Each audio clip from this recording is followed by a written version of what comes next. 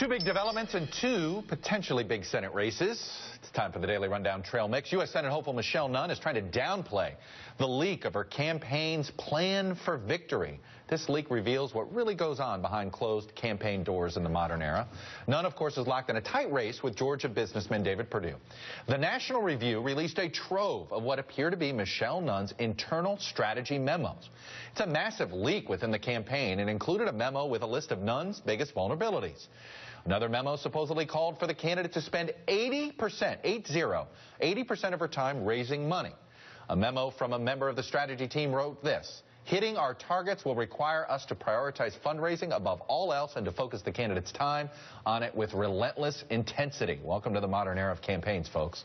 And her campaign does not dispute the authenticity of these documents, writing in a statement, quote, "This was a draft of a document that was written 8 months ago. Like all good plans, they change, but what hasn't changed and is all the more clear today is that Michelle's opponents are going to mischaracterize her work and her positions.